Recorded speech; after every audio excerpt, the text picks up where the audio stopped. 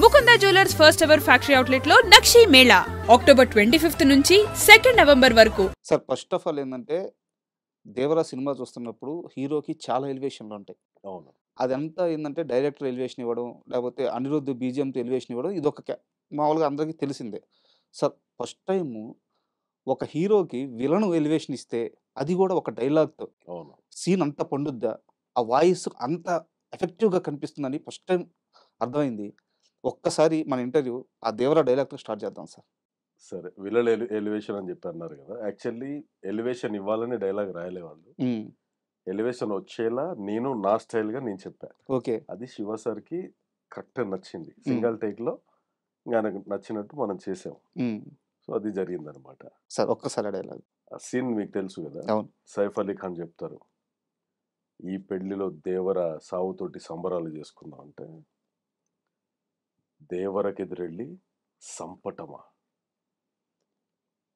సరిగ్గా మూతి మీద మీసం మొలవక ముందే సముద్రంలో ఉన్న సొరని చీల్చి చంపి ఒడ్డుకు లాక్కొచ్చి పడేసినాడు దేవర అంటే, అలాంటి చిన్న పిల్లగాడు ఉన్నప్పుడే అంత పెద్ద స్వరం తెచ్చినోడు నువ్వు ఆయన్ని చంపాలనుకుంటున్నావా, అంత దమ్ముందా నీకు అనేది అక్కడ సారాంశం. అంటే అదిరిపోయింది థియేటర్లో సీను. రీసెంట్గా కూడా 1 year అయింది దేవరా రిలీజ్ అయ్యి. 1 year అప్పుడు మళ్ళీ షోలు వేశారు. అక్కడ థియేటర్లో ఈ సీన్కి మళ్ళీ అరుపులు. అవును. అండ్ అసలు మీ జర్నీ చెప్పండి సార్, ఇండస్ట్రీలోకి ఎలా వచ్చారు? ఇండస్ట్రీలో కంటే మన ఫేస్బుక్లో కొంచెం అప్పుడు కొంచెం 2 వీడియోలు వైరల్ అయ్యాయి. అవును, డమరకం వీడియో బాగా వైరల్ అయింది. సో అప్పుడు మన ఆ వీడియోలు చూసి చాలా మంది మెసేజ్ చేస్తున్నారు, సీరియల్ వాళ్ళు, ఫిలిం వాళ్ళు. ఫస్ట్ నాకు మన మహిత్ నారాయణ చక్రి వాళ్ళ బ్రదర్ అని మెసేజ్ చేసి, నువ్వు వీడియో బాగుంది బ్రదర్, మన సినిమాలో డైరెక్ట్ పలానా రోల్ ఉంది, వచ్చి చేసుకోండి, మీరు చేస్తారు కదా అంటే షూర్ అని చెప్పేసి వెళ్ళి చేశాను. దాని తర్వాత విత్ ఇన్ 11 days 12 daysలో బాహుబలి వెబ్ సిరీస్ నుంచి ఇట్లా ఒక క్యారెక్టర్కి మీకోసం అనుకుంటున్నాం అని చెప్పేసి పిలిస్తే వెళ్ళా. చూస్తే అంతా రాజమౌళి గారు కాదు డైరెక్టర్, అది శివగామి దేవి గారి స్టోరీ. ముందు చిన్నప్పుడు ఆ బ్యాక్ స్టోరీ ఉంటుంది. బ్యాక్ స్టోరీని చాలా హ్యూజ్ బడ్జెట్ తోటి హిందీలో తీశారు. ఇద్దరు డైరెక్టర్లు అంటే పెద్దవాళ్ళు, ప్రవీణ్ సత్తార్ గారు, దేవకట్ట గారు. నేను దేవకట్ట గారితో చేశాను. ఓకే. చాలా అంటే చాలా మంచోడు ఆయన దేవకట్ట గారు. ఆయన స్టైల్ వేరే, అంటే ఒక్కొక్కరిలో ఒక్కొక్క స్టైల్. అవునవును. సో ఆయన స్టైల్లో తీశారు. తర్వాత అది అయిపోయింది. చాలా main lead, main villain Hindi hero Rahul Bose గారితో ఇద్దరికి సీన్స్ ఉంటాయి అన్నమాట. తర్వాత ఏమైందో తెలియదు, అది ఇంకా రిలీజ్ అవ్వలే. మేబీ అవుతుండొచ్చు ఫ్యూచర్లో.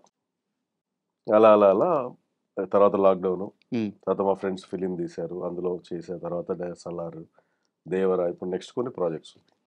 అండ్ ఒక్కసారి మళ్ళీ మనం దేవరా విషయానికి వస్తే, దేవరా అనే సినిమా ఎన్టీఆర్ గారి కెరీర్లో ఆయనకి ఎంత ఇంపార్టెంట్, ఆయన ఫ్యాన్స్కి కూడా అంతే ఇష్టమైన సినిమా అది. అవును, దేవరా. సో అంత పెద్ద సినిమా చేసేటప్పుడు ఎక్కడి నుంచి మీకు పిలుపు వచ్చింది, ఎలా ఆ సినిమాలోకి మీరు ఆన్బోర్డ్ అయ్యారు? సురేష్ అని కాస్టింగ్ డైరెక్టర్, ఓకే, అబ్బాయి మెసేజ్ చేశాడు, సార్ ఇట్లా ఎన్టీఆర్ గారి ఫిలిం స్టార్ట్ అవుతుంది, ఒకసారి ఆఫీస్కి రండి, మీరు కావాలి కంపల్సరీ అంటే. నేను కొంచెం బిజీ ఉండి పోలే. మళ్ళీ 1 week తర్వాత మళ్ళీ పాపం మెసేజ్ చేశాడు, సర్లే మనం కొంచెం టైం దొరకాలన్నా ఒక 1 hour పోయేసొద్దాం అని చెప్పి వెళ్ళే ఆఫీస్కి. వెళ్ళిన తర్వాత గణపతి ఉండి మన అసిస్టెంట్ డైరెక్టర్ గణపతి గారు ఉండే, చాలా మంచి అబ్బాయి. అసలు శివ గారి టీం చాలా మంచోళ్ళు, అందరూ యంగ్స్టర్సే కదా. అందరు యంగ్స్టర్స్. అంటే చాలా మంది అసిస్టెంట్ డైరెక్టర్లకి, కో డైరెక్టర్లకి ఏముందిలే, చూసాడులే, చేసాడులే, ఇలా ఉండదు వాళ్ళది. ప్రతి ఒక్కటికి రెస్పెక్ట్ ఇచ్చి చాలా సాఫ్ట్ హార్టెడ్ పర్సన్స్. శివసార్ అంతే, ఆయనకు తగ్గట్టు ఈ టీం కూడా అంతే. ఫస్ట్ టైం చూడగానే గణపతి ఫైనల్ చేసి, డార్లింగ్ మీరు కంపల్సరీ ఉండాల్సిందే అని చెప్పేసి. ఫస్ట్ అయితే ఏమని క్యారెక్టర్ అనుకుంటారు ఏంటి అంటే, లేదు ఎన్టీఆర్ గారి ఫ్రెండ్ క్యారెక్టర్ ఉంది, మీరు చేయాలి అని చెప్పి. ఎన్టీఆర్ గారి ఫ్రెండ్ క్యారెక్టర్ చేయండి, నేను ఎగనెస్ట్గా ఏదైనా ఉంటే చెప్పండి అని చెప్పి. అప్పుడు ఇందులో గ్రూప్స్ వచ్చినాయి. ఓకే. ఆ గ్రూప్స్లో ఒక గ్రూప్కి ఒక లీడ్గా పెట్టారు. ఎన్టీఆర్ గారు ఫ్రెండ్గా చేస్తే ఆయనతో ఎక్కువసేపు కనిపిస్తారు కదా. నాకు ఎక్కువసేపు కనపడడం కాదు కావాల్సింది, ఇంపాక్ట్ కావాలి. నువ్వు చెప్పింది ఒక డైలాగే, అంతమంది డైలాగులు ఇంపాక్ట్ రాంది, నాది ఒక్కడిది ఎందుకు వచ్చింది? మనం చెప్పే విధానంలో ఉంటుంది, చెప్పే ఎక్స్ప్రెషన్లో ఉంటుంది, వాళ్ళు చేసే ఎడిట్లో కూడా ఉంటుంది. యాక్చువల్లీ అది 2-3 షార్ట్స్ తీసుకున్నారు, దానికి తగ్గట్టు ఎట్లా పోవాలి, ఎలా ఎడిట్ చేయాలి వాళ్ళకి తెలుసు. సో అలా వచ్చింది అవకాశం. ఓకే. యా. ఎన్ని రోజులు చేస్తారు సార్ దేవరాజ్ షూట్? ఫస్ట్ బుజ్జి గారు మేనేజర్ గారు ఫోన్ చేసి సార్ అని చెప్పి మొత్తం మాట్లాడి రెమ్యునరేషన్ అవి ఇవి మాట్లాడుకొని ఒక 44 days అని చెప్పారు ఫస్ట్. సరే ఓకే అని చెప్పి నేను ఎక్కువ గుంజను రెమ్యునరేషన్ దగ్గర. మనకు క్యారెక్టర్ కావాలి, మనకు కంఫర్టబుల్గా వాళ్ళకి ఇస్తుంది. రెమ్యునరేషన్ మీకేం అవసరం, అవసరం అయితే మీరే ఇచ్చే పొజిషన్లో ఉన్నారు. కరెక్టే, కానీ ఇక అది మన సినిమాలకు చేసుకోవచ్చు. ఇక్కడ మనం కష్టమే మనం, అది మన వృత్తి. నువ్వు రూపాయి తీసుకో కానీ ఫ్రీగా మాత్రం చేయొద్దు, రూపాయి తీసుకో ఫ్రీగా మాత్రం చేయొద్దు. వృత్తి అన్నప్పుడు వృత్తి డబ్బులు పట్టుకుని తీసుకో, ఆ కష్టానికి ఒక విలువ ఉండాలి. సో దాని ప్రకారం స్టార్ట్ అయింది. 44 days అయిపోయింది, 50 days అయిపోయింది, 100 days అయిపోయింది. ఆల్మోస్ట్ 156 days దేవరాజ్ చేసాం. షూట్ నడుస్తూనే ఉంది. మీరు monthly 20 days 25 days shoot. Hyderabad Goa, Hyderabad Goa, Hyderabad Goa. ఇలా 100 మందిని మెయింటైన్ చేసి మన ఎన్టీఆర్ ఆర్ట్స్, యోసుధ ఆర్ట్స్ అందరికీ టైం టు టైం మంచిగా పేమెంట్లు ఇచ్చారు, అన్ని బాగా చూసుకోరు. మేము అనుకోలే ఎంత బాగా వస్తుంది సినిమా అని. మా ముందంతా గ్రీన్ మ్యాట్, బ్లూ మ్యాట్స్ ఉంటాయి. సినిమా చూసిన తర్వాత అబ్బా ఏడున్నాంరా మనం ఇట్లా అనిపిస్తుంది మాకు. బ్లూ మ్యాట్లో కదా తీసింది. తర్వాత ఆ సీజీ, ఆ వాటర్ వేవ్స్, మేము పొడవ దాంట్లో రాబరీ చేసేది అన్నీ చాలా బాగుండే అనమాట. అలా అట్లా అయిపోయింది అది. అండ్ ఎన్టీఆర్ గారితో ట్రావెల్ అయ్యారు మీరు. అవును, ఇన్ని రోజులు అంటే ఖచ్చితంగా హీరోతో ట్రావెల్ అయ్యి ఉంటారు. అవును, చాలా బాగా ఉంటాడు ఎన్టీఆర్. సెట్లో ఎలా ఉంటారు సార్? టైగర్ సెట్లో చాలా జోవెల్గా ఉంటాడు. అప్పటిదాకా 10-20 టేకులు చేసిన ఫైటర్స్ కూడా ఆయన వస్తాడు, ఇలా చూస్తాడు, వాళ్ళనే చేసి చూపిమంట. ఆయన ఒక రౌండ్ అలా స్లోగా ఒక రౌండ్ చూసుకుంటాడు, మూమెంట్ అటు ఇటు, టెక్ అంటాడు వెంటనే. ఇక ఆయన చూసి మాకు ఇంకా ఊపు, చేయాలి ఫాట్ అంతా దుమ్మే, రియల్ దుమ్ము మొత్తం.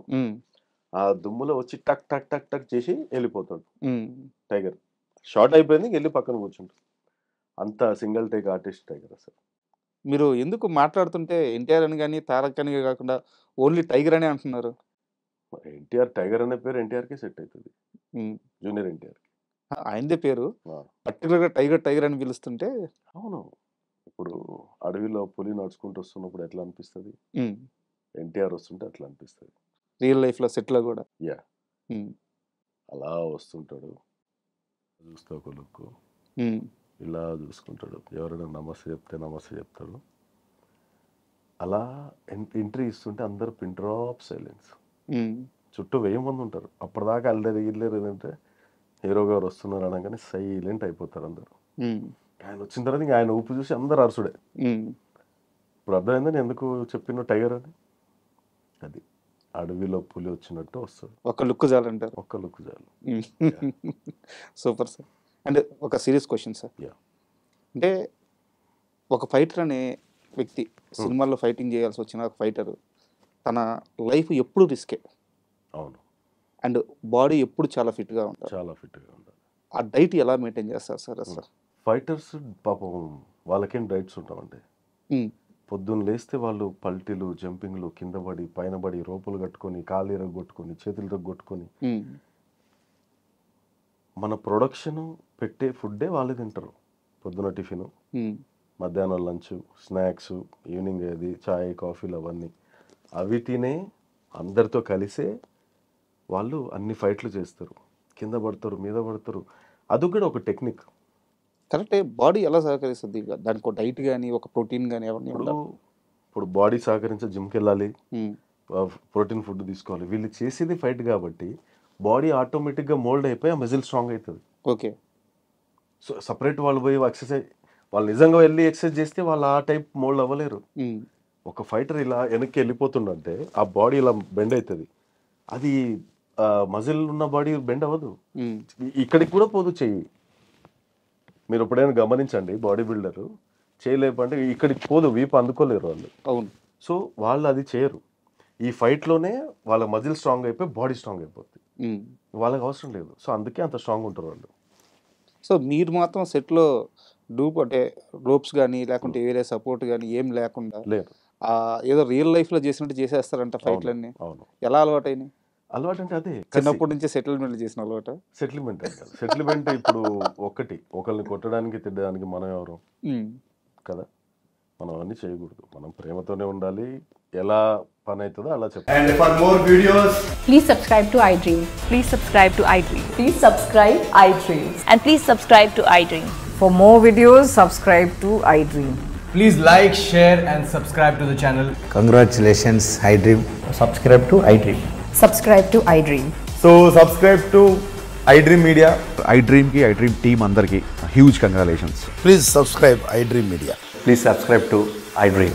Subscribe iDream. Please subscribe to iDream. iDream అంటే నా కళల ఛానల్ను సబ్స్క్రైబ్ చేసుకున్న నోరు తిరుగుతలేదు, మీరైతే గంట గుర్తు కొట్టండి. For more such videos, please subscribe to iDream. Subscribe to iDream. Please subscribe to iDream. Please subscribe iDream Media. Please do subscribe to iDream. Please subscribe to iDream Media. For best entertainment and information, please subscribe iDream. And don't forget to subscribe to iDream.